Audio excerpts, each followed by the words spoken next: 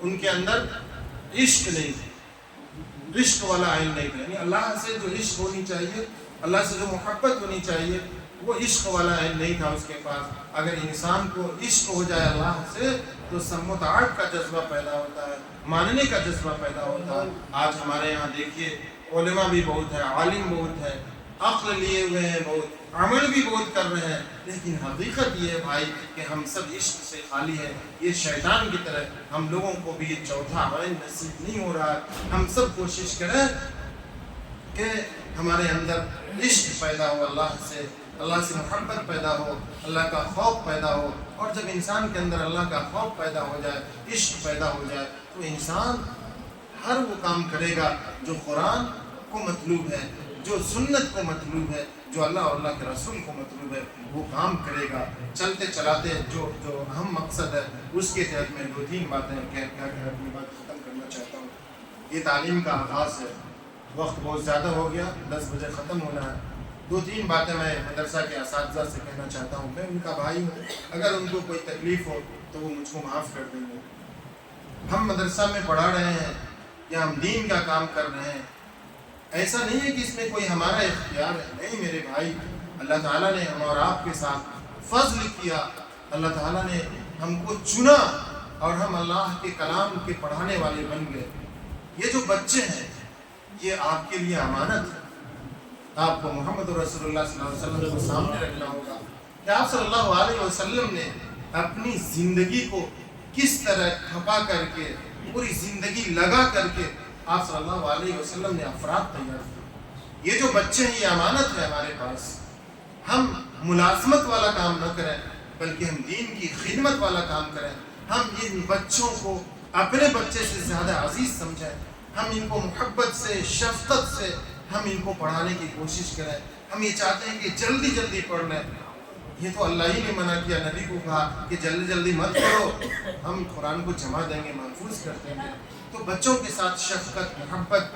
اگر کمزور بچہ بھی ہے تو وہ بچہ کیسے آگے بڑھے، اس کے لیے ہمارے دل میں ہمدردی ہونی چاہیے، جذبہ ہونا چاہیے. اور ہم وقت کی پابند نہ ہو کہ یہ وقت ہمارا 6 گھنٹے کا وقت ہے تو ہم اسی وقت میں پڑھائیں گے، بلکہ یہ تو ملازمت ہو گئی. ہم خادم ہیں، ہم یہ سمجھیں کہ جو دیا جا رہا ہے ہم کو ایک وظیفہ ہے، یہ ہماری ضرورت کے لیے ہے. ہم 24 گھنٹے ان بچوں پر محنت کریں گے. آج ہمارے یہاں حفظ میں 6 سال، 4 سال، 5 سال لگ جاتے ہیں. حقیقت یہ ہے کہ اتنا وقت نہیں لگنا چاہیے.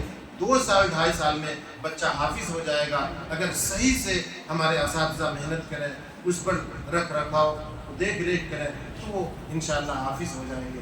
2-3 بات ہم اپنے، ایک بات تو اپنے اساتذہ سے اور دوسری بات ہم اپنے بچوں سے جو اوپر بیٹھے ہوئے ہیں ان سے کہنا چاہتے ہیں کہ میرے عزیز بچوں، اللہ تعالیٰ نے آپ کو چنا ہے.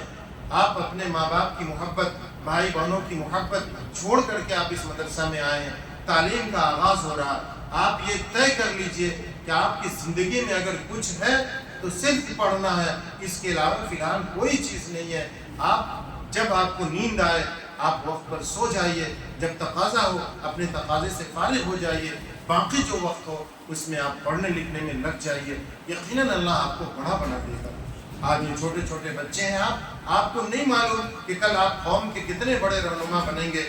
شرط یہ ہے کہ آپ محنت سے پڑھیے، آپ اپنے اساتذہ کا احترام کیجیے، کتابوں کا احترام کیجیے، اس مسجد اور اس مدرسے کا احترام کیجیے. اگر آپ احترام کے جذبے سے اپنے اس سال، تعلیمی سال کا آغاز کریں گے تو اللہ تعالیٰ آپ کو علم نافع، عمل صالح عطا کرے گا.